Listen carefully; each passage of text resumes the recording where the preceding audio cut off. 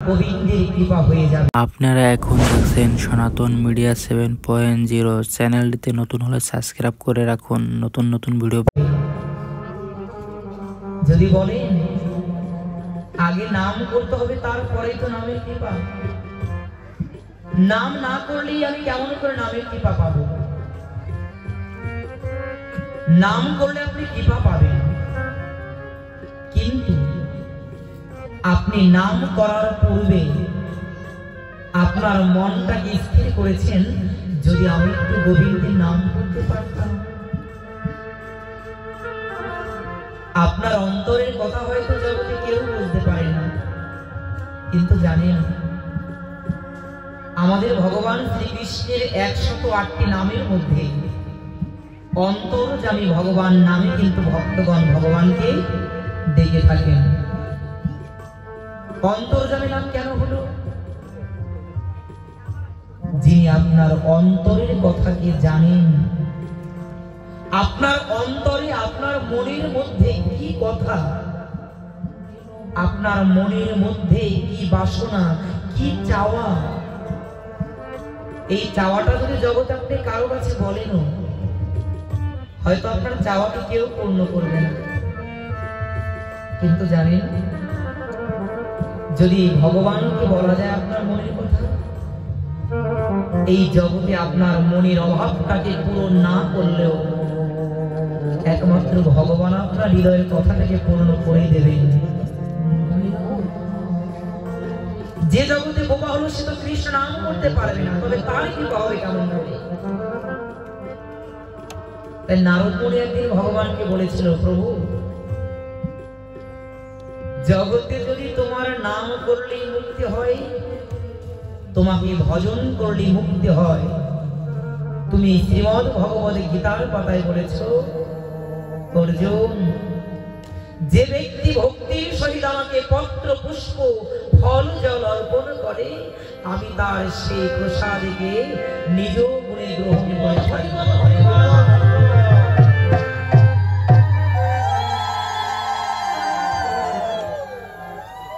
নারদ মুনি ভগবানকে বলেছিলেন,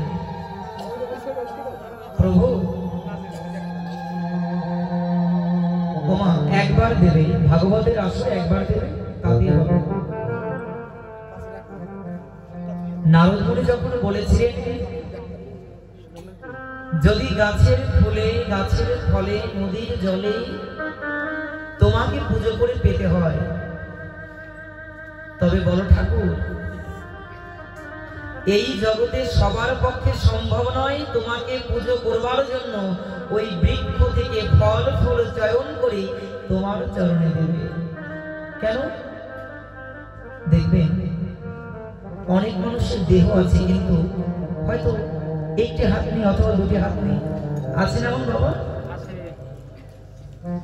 ভগবানকে যদি ফুল জল দিয়ে পেতে হয়, আমার তো হাত নেই, আমি তো ভগবানের সেবার জন্য ওই বৃক্ষ থেকে পুষ্প চয়ন করে আনতে পারবো না, তবে আমি গোবিন্দের কৃপা পাবো না। আমাকে নয়ন দিয়েছে, দৃষ্টি দিল না। আমার হাত আছে কিন্তু নয়নে দৃষ্টি নেই। অন্ধ ব্যক্তি তো দেখতে পারে না জগতের কোন গাছে কোন ফুল ফুটেছে। তুমি আমি দেখতে পাই, সাদা কালা আমরা বুঝি, কিন্তু যার নয়নে আলো নেই সে তো জানতেই পারলো না এই জগতে কোন গাছের কোন ফুল ফুটেছে আর কোন ফুলে আমার কৃষ্ণ পূজা হবে। আমি যদি গোবিন্দের জন্য পুষ্প চয়ন করে আনতে না পারি, তবে আমি কি গোবিন্দকে পাবো না? দেখুন কোথায় প্রশ্ন করেছি, তুমি যদি দয়াল ভগবান হবে বলো, যদি জগতে সবাই তোমাকে পেতে পারে, আমার হাত নেই বলে আমি ফুল আনতে পারিনি, আমার নয়নে আলো নেই বলে আমি তোমার জন্য শান্তি পারিনি। ও প্রভু, আমি তোমাকে কিছু দিতে পারবো না বলে কি আমার কৃপা হবে না? আমি শুনেছি তুমি নাকি দয়ালের ভগবান, তুমি নাকি দিনের বন্ধু দয়াল ভগবান ভগবানের কান্দারি। বলো নারদ মুনি ভগবানকে কঠিন প্রশ্ন ছুড়ে দিয়েছেন, বলো যদি ফুল জল ব্যতীত তোমাকে কেউ না পাবে তবে অন্ধ আতর ল্যাংড়া যারা জগতে তাদের গতি হবে কি? ভগবান বললেন নারদ মুনি, এই জগতে যদি কোনো মায়ের 4-5 সন্তান হয়, ওই 4-5 সন্তানের মধ্যে যদি একজন সন্তান প্রতিবন্ধী হয়, প্রতিবন্ধী বলে কি কোনো মা ওই সন্তানকে ফেলে দিতে পারে? নারদ মুনি, এই জগতের কোনো মা যেমন তার সন্তান অন্ধ আতর ল্যাংড়া হলেও ফেলতে পারে না, আমি তো জগতের পিতা জগতের মাতা, মায়ার জগতের মা বাবা যদি কোনো সন্তানকে ফেলতে না পারে তবে আমি তো বিশ্বের পিতা, আমি কেমন করে ফেলবো বলো?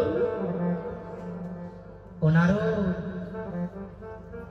এই জগতে আমি যদি কাউকে ফেলে দিই তার তো আর ধরার মতন কেউ থাকবে না।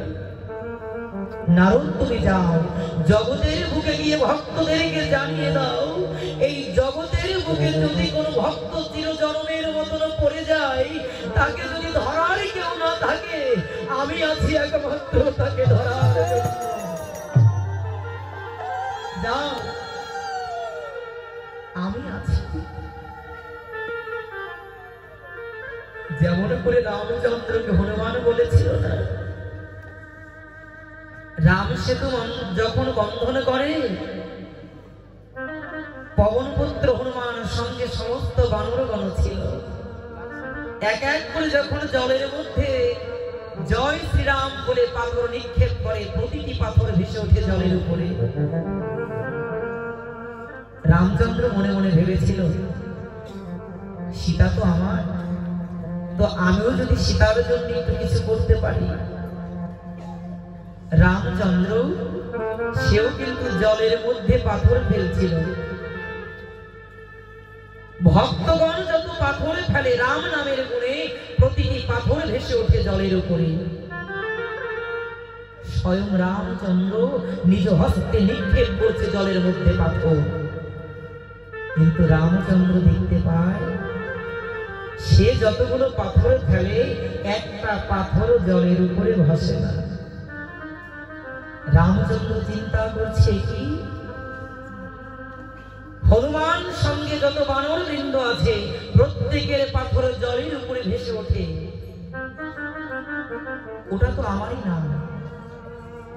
স্বয়ং আমি রামচন্দ্র জলের মধ্যে পাথরকে ফেলে দিচ্ছি, পাথর কেন ভাসে না?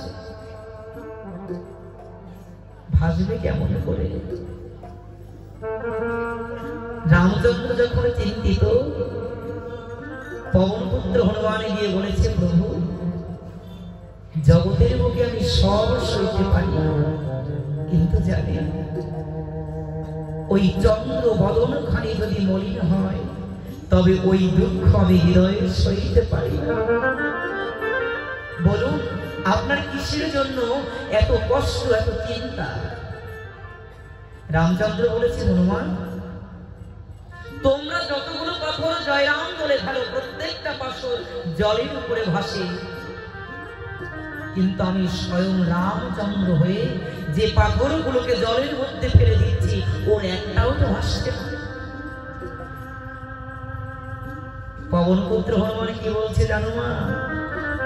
ও প্রভু তুমি কি বললে আরেকবার বলো। হনুমান আমি যতগুলো পাথর জলে ফেলে দিয়েছি একটা পাথর জলের উপরে ভেসে উঠল না, এর কারণটা কি জেনে নেবেন। শুধু ভক্তজন, শুধু লীলা শুনবেন না, তত্ত্বটাও একটু জেনে নেবেন। তত্ত্বটা কি? এখানে ভগবান 3 রূপে আমাদেরকে কৃপা করতে আসেন। নাম রূপে, শুনবেন আপনারা, নাম রূপে, বিগ্রহ রূপে আর ভক্ত রূপে। এই তিন রূপে ভগবান আমাদেরকে করুণা করতে আসেন।